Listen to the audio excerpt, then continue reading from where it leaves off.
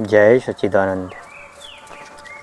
ब्रह्म सत्यम जगन मिथ्या, आचार्य शंकर ने सबसे पहले यही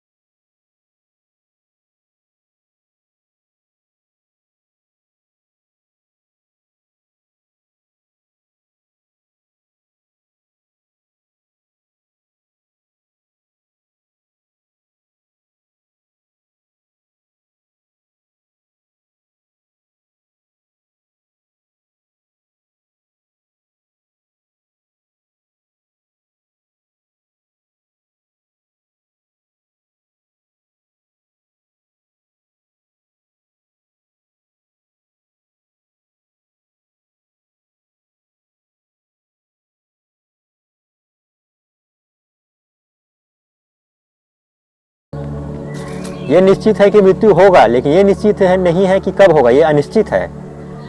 तो जब ये सब देखते हैं कि जीवन चल रहा है, प्रसन्नता से जी रहे हैं, अचानक किसी की मौत हो गया, घर में माता पिता का निधन हो जाता है और किसी रिश्तेदार का किसी दुर्घटनावश या प्राकृतिक रूप से, तो मन में एक दुख होता है। फिर समझ में आता है, यदि आप विवेकवान हैं, आपके अंदर संवेदनशीलता है, तो आपको ये समझ में आएगा कि जीवन में वाकई में कुछ नहीं रखा है। कभी भी ये जीवन, ये जो शरीर है, प्राण इस शरीर से निकल सकता है। तो वास्तविक सत्य ये है कि भगवान ही है, बस भगवान एक जो है वही सत्य है, और उसे प्राप्त करने के लिए हमारा ये जीवन हुआ है। लेकिन हम इस माया में खो जाते हैं। तो सबसे प्रथम और महत्वपूर्ण कार्य ये है कि हमें भगवान के लिए ही जीना है। जब से विवेक प्राप्त हुआ है, जब से जागृति आई है, तब से हमें ये समझना चाहिए कि अब हमारा जीवन जो है भगवान के लिए होना चाहिए। चाहे हमें कलेक्टर बनना हो, चाहे इंजीनियर बनना हो, चाहे साइंटिस्ट बनना हो, या धन अर्जित करना हो, धनवान बनना हो, कुछ भी बनना हो, वो द्वितीय कार्य है। प्रथम कार्य होना चाहिए भगवान के लिए जीना। अब सोचिए, आप धन कमाने के लिए अग्रसर हैं या किसी पद को प्राप्त करने के लिए अग्रसर हैं, उस अंतराल में आपने भगवान के लिए कुछ भी नहीं सोचा और अचानक आपकी मृत्यु हो गई, तो आपने अभी तक जो सद्कार्य करना था वो नहीं किए हैं, तो आपकी सद्गति कैसे निर्धारित होगी। तो प्रथम कार्य हमारा ये है कि हमें भगवान के लिए जीना है। प्रति क्षण, हर क्षण हमें भगवान के लिए जीना है।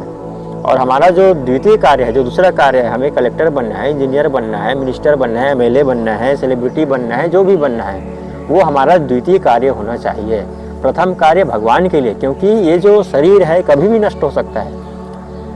आप व्यायाम करके, योग करके शरीर को कितना भी स्वस्थ बना कर रख लीजिए, ये शरीर जो है परमात्मा ने जितना समय तक के लिए हमारा शरीर को बना के रखा है, जितने काल अवधि के लिए, उतने काल अवधि तक रहेगा, उसके बाद नष्ट हो जाएगा।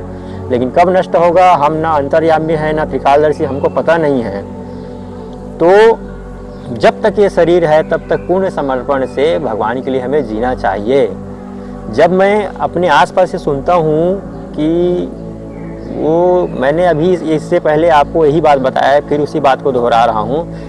मैं जब किसी के बारे में सुनता हूँ कि वो व्यक्ति मर गया, उसकी मृत्यु हो गई, कैसे हो गया, अरे वो सीने में दर्द हो रहा था, ओहो, बहुत बड़ा दुख होता है। 35 वर्ष की आयु है और उसका मृत्यु हो गया, और उसके बच्चे हैं, उसका बहुत बड़ा कारोबार है, या वो बहुत बड़े पद में था। जब ये पता चलता है तो मन में एक अजीब सा क्षोभ होता है। भले वो मेरा ना कोई संबंधी है, ना कोई, बस मैं जानता हूँ इस व्यक्ति को, जैसे वो दुकान वाला है, मैं उसको रोज़ देखता हूँ, मैं रास्ते से गुजरता हूँ तो रोज़ उसको देखता हूँ। अब अचानक मुझे पता चला कि उसकी मृत्यु हो गई है, उसका तो एक्सीडेंट हो गया है, या और कुछ किसी कारण से उसका शरीर जो है, प्राण निकल गया है शरीर से, तो बहुत दुख होता है। तो जब आप अंततः पूरी दुनिया को देखो, दुनिया में क्या हो रहा है देख रहे हो आप, किसान अपना ज़मीन बेच रहे हैं, ज़मीन बेच के क्या कर रहे हैं, उसी पैसा का धंधा व्यापार कर रहे हैं। अब वो किसान जिसके पास ज़मीन बेचा है, वो ज़मीन क्या हो रहा है, वो भी नष्ट हो रहा है, बिल्डर उसमें प्लॉटिंग कर रहा है, मकान बन रहा है, इंडस्ट्री बन रहा है। तो ये जो पृथ्वी बना है, भगवान ने इस पृथ्वी को कैसे बनाया। मैं माइक्रोबायोलॉजी का स्टूडेंट रहा हूँ, स्टूडेंट क्या, मैं अभी भी स्टूडेंट हूँ। हम लैब में एक प्रैक्टिकल करते थे बैक्टीरिया और वायरस के लिए, तो बैक्टीरिया के लिए करते थे, वायरस के लिए, बैक्टीरिया के लिए हम बैक्टीरिया को हमें लैब में वृद्धि कराना रहता है।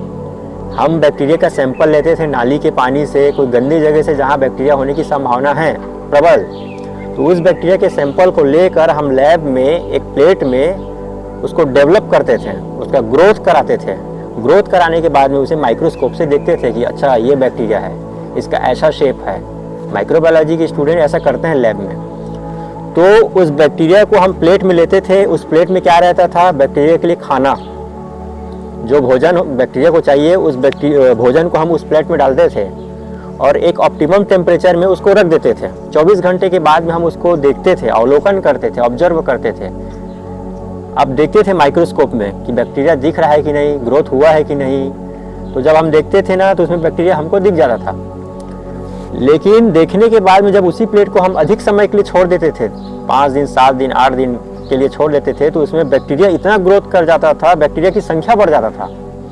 अब उसी प्लेट को अगर हम 15, 20 दिन, 30 दिन, 1 महीने के लिए रख देना, तो उस बैक्टीरिया के प्लेट में भी कुछ नहीं दिख रहा है। अगर माइक्रोस्कोप से देखेंगे तभी हमें दिखेगा कि बैक्टीरिया है।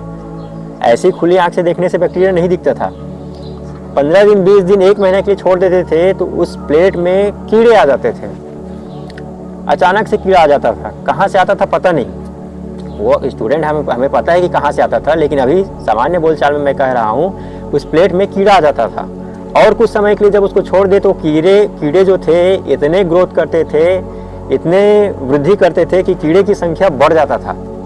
अब प्लेट में धीरे धीरे जो खाना है वो कम हो रहा है, प्लेट में जो खाना है कम हो रहा है और जनसंख्या क्या हो रहा है, बढ़ रहा है। तो एक समय ऐसा आता था कीड़े की संख्या बढ़ने के बाद में धीरे धीरे कीड़े मरने लग जाते थे। तो मैं ये क्यों बता रहा हूँ, मैं ये इसलिए बता रहा हूँ कि ये जो पृथ्वी है भगवान ने वैसे ही बनाया है। पहले आप देखते थे, हमारे जब माता पिता छोटे थे वो बताते हैं घर में, हमारे जो दादा दादी वो बताते हैं कि पहले संसार कैसा था, दुनिया कैसा था। वैसे आप भी सुने होंगे। तो पहले क्या था, संसार में संसाधन भरपूर था, पेड़ पौधे थे, प्राकृतिक संसाधन था, इंडस्ट्रियाँ नहीं थी, ज़्यादा डेवलप नहीं हुआ था, टेक्नोलॉजी नहीं था। लेकिन अभी पॉपुलेशन बढ़ गया है, इंडस्ट्रियाँ बढ़ गई है, टेक्नोलॉजी बढ़ गया है, तो धीरे धीरे विनाश भी हो रहा है। किसान अपनी ज़मीन बेच रहे हैं, उस ज़मीन पे बिल्डर मकान बना रहा है, इंडस्ट्री डेवलप हो रहा है, तो वातावरण क्या है, दूषित हो रहा है। अब आप सोचिए, क्या ऐसा समय नहीं आएगा, आज नहीं आएगा तो 1000 वर्ष बाद आएगा। हालांकि कलयुग का भी एक अवधि निश्चित की गई है, शास्त्रों में बताया गया है, लेकिन भविष्य में ऐसा हो सकता है कि ये जो वातावरण हमें अच्छा लग रहा है, हम कश्मीर में घूमने जाते हैं तो देखते हैं हमें क्या लगता है, वाह क्या वातावरण है, यही स्वर्ग है। हम किसी जंगल में चले गए, कोई दर्शनीय स्थल में चले गए, तो ये जो वातावरण भी हमें लुभाने का कार्य करता है।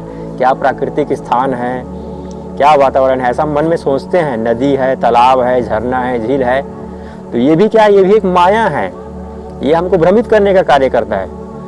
आप कश्मीर में चले जाए, बर्फ़ की जो पहाड़ है, वहाँ का क्षेत्र है, वहाँ जंगल है, देखने पर बहुत मनोरम लगता है, मन तुरंत प्रभावित हो जाता है कि वाह क्या स्थान है, क्या जगह है, मेरा मन करता है मैं यही मकान बना के रह जाऊँ। लेकिन ये भी क्या है, माया है, और ये जो माया है हमें भ्रमित करने का कार्य करता है, वास्तविकता ये भी नहीं है।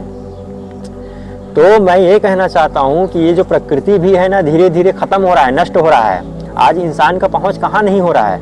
अब देखिए, अभी जनवरी महीना आने वाला है, नए वर्ष आने वाला है अंग्रेजी कैलेंडर के अनुसार। तो ये जो नए नए लोग हैं, हमारे आयु के, हमारे उम्र के जो लोग हैं, पार्टी करने के लिए वो कहाँ जाएंगे, हिल स्टेशन। वो जंगल को भी नहीं छोड़ रहे हैं, बर्फीले क्षेत्र को भी नहीं छोड़ रहे हैं, दर्शनीय क्षेत्र को भी नहीं छोड़ रहे हैं।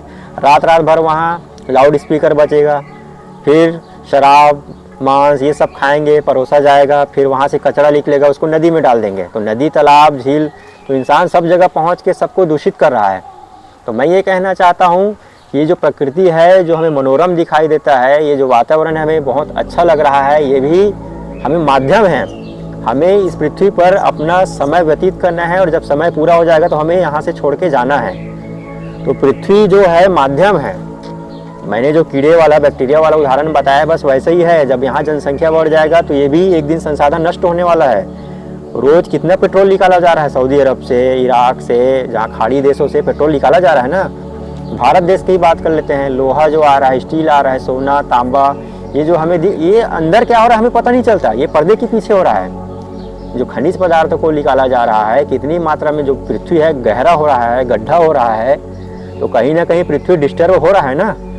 जो मूल अवस्था में होना चाहिए वो नहीं है, क्योंकि हम बार बार खनिज निकाल रहे हैं, तो डिस्टर्ब तो होगा ही होगा। इससे भूकंप आएगा या और किसी प्रकार की असामान्यताएं उत्पन्न हो सकती है। अब ये नहीं कह सकते कि क्या हमें नहीं निकालना चाहिए खनिजों को, क्योंकि ज़रूरत है, आवश्यकता है, कई तकनीकें मशीनों में उपयोग की जाती है, तो ऐसा नहीं कह सकते नहीं निकालना चाहिए।